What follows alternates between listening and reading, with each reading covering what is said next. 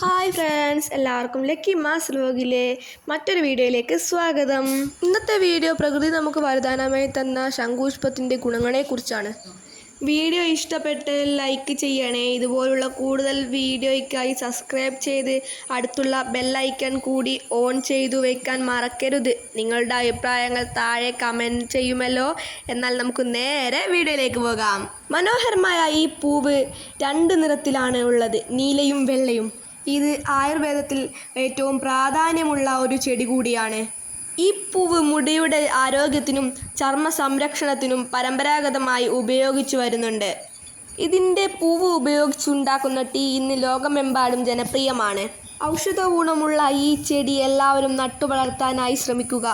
Herbal ടീയിൽ നാരങ്ങാനീര് ചേർക്കുമ്പോൾ ഈ ചായയുടെ നീല നിറം പർപ്പിൾ നിറമായി മാറുന്നു.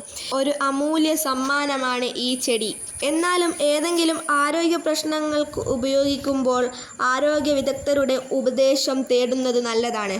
ഈ വീഡിയോ നിങ്ങൾ കണ്ടതിൽ എല്ലാവർക്കും ഒത്തിരി നന്ദി.